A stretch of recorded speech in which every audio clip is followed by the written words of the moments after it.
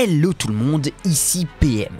On se retrouve aujourd'hui pour une vidéo très particulière car enfin je peux vous parler d'une autre de mes passions sur cette chaîne secondaire, Pokémon. Pour vous expliquer en vitesse mon rapport à la licence, je suis né en 98. J'ai donc touché à toutes les versions de Pokémon depuis tout petit, en commençant par Pokémon Rouge à laquelle je jouais sur une Game Boy Advance. Puis je n'ai jamais lâché la licence jusqu'à aujourd'hui. Et peut-être que vous l'aurez remarqué via mon décor derrière moi ou simplement via mes vidéos Yu-Gi-Oh, je suis quelqu'un qui aime exposer et collectionner. Dans l'idée, j'aime collectionner l'objet le plus puissant de chaque univers. La baguette de Suro pour Harry Potter, l'anneau unique pour le Seigneur des Anneaux, etc. Mais pour Pokémon, dont le slogan incite justement à la collection en disant « attrapez-les tous », je n'ai quasiment rien dans mon décor pour l'exposer si ce n'est mes boîtes de jeu et une petite figurine d'Arceus, le dieu des Pokémon. Et à part peut-être avoir une Master Ball à exposer en plus, eh bien ma réelle volonté de collectionner, elle se trouve dans les jeux en eux-mêmes, puisque je prends le slogan au mot « je dois tous les attraper ». Chose que j'ai fait une première fois avant la sortie de la 8G, j'avais complété tout le Pokédex national, forme alternative comprise, jusqu'à ce que je me fasse voler mes jeux et que je perde toutes mes années de dur labeur. Et peut-être que vous avez déjà connu ça, avec le fameux petit frère qui efface votre sauvegarde. Eh bien sachez que si vous l'avez subi, le karma existe, puisque j'ai été ce petit frère, et je n'ai cessé de me faire tabasser par mon grand frère depuis que j'ai effacé sa partie sur Pokémon Ruby où se trouvait son Brazégali niveau 100.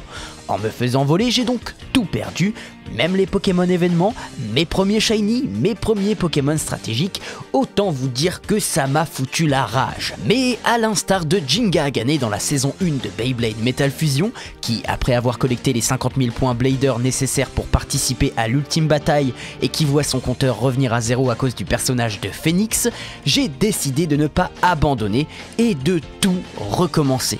J'ai donc recomplété le Pokédex, mais cette fois je suis énormément passé par la GTS et les échanges miracles pour retrouver tout ce beau monde perdu.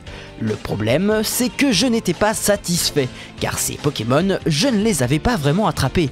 Ils étaient juste là car je voulais recompléter le Pokédex le plus rapidement possible, mais je n'en tirais aucun mérite, car ils ne m'appartenaient pas vraiment. Le slogan « attrapez-les tous », je ne le respectais pas. Et ça me démangeait car je suis maniaque et perfectionniste.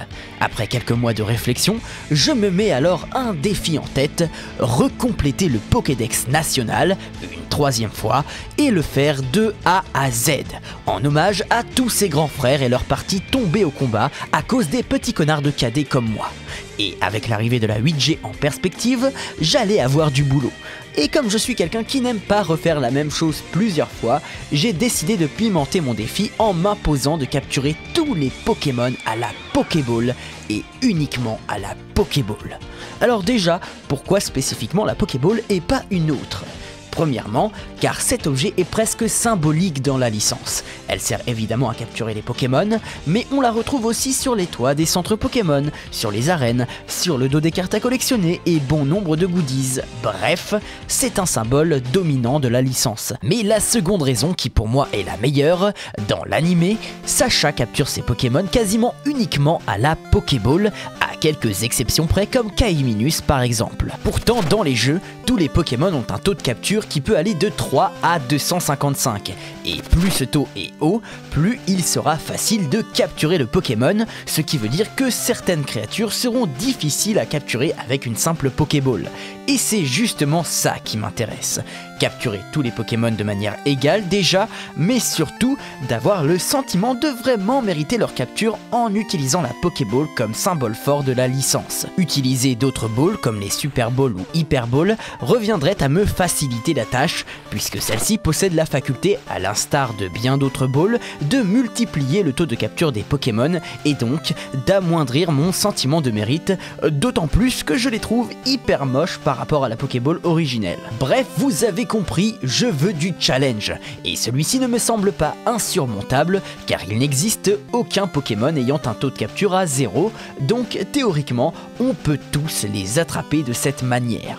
Il est évident que je patinerai sur les Pokémon avec un faible taux de capture, les légendaires en sont le parfait exemple, puisqu'ils composent la majorité des Pokémon ayant le taux de capture le plus bas, à savoir 3. Mais ce challenge n'est en vérité pas bien sorcier, alors j'ai décidé de rajouter quelques conditions pour accentuer ce sentiment qu'ils m'appartiennent et que je les mérite, et donc d'être un vrai maître Pokémon, capturer tous les Pokémon dans leur région d'origine, et ceux-ci devront avoir mon prénom en DO. L'acronyme DO signifie dresseur d'origine, et il est défini en fonction du nom que vous donnez à votre personnage avant de commencer le jeu, et qui rappelle et certifie à quel joueur le Pokémon appartient.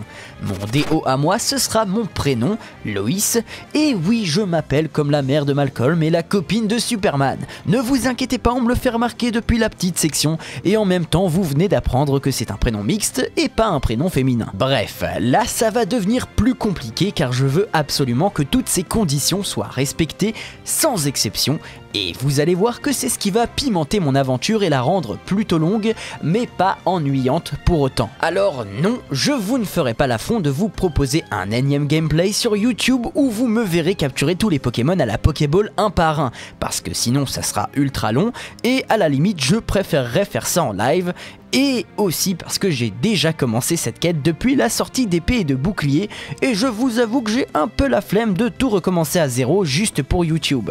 À la place, je vous proposerai donc une vidéo par génération où je vous raconterai en détail mon aventure, si j'ai réussi ou non, les difficultés que j'ai rencontrées, et vous pourriez être surpris, il y a pas mal de choses à savoir et à prendre en compte pour réussir ce défi. Mais pour aujourd'hui, il n'y aura rien, car ceci était juste une vidéo introductive à mon défi que j'avais envie de partager avec vous. Je ne sais pas quand sortiront les vidéos, mais elles sortiront. J'ai envie de vous proposer un truc propre et détaillé, et si un jour j'ai la possibilité de streamer sur les prochains jeux Pokémon à venir, eh bien je le ferai, mais il me manque un peu de matos pour l'instant, donc attendez-vous surtout à des vidéos, je ne peux rien vous garantir. Bref, je vous remercie d'avoir suivi cette vidéo jusqu'au bout. Si cette idée vous plaît, eh bien n'hésitez pas à vous abonner à la chaîne. Et quant à moi, je vous dis à la prochaine pour une nouvelle vidéo. Ciao!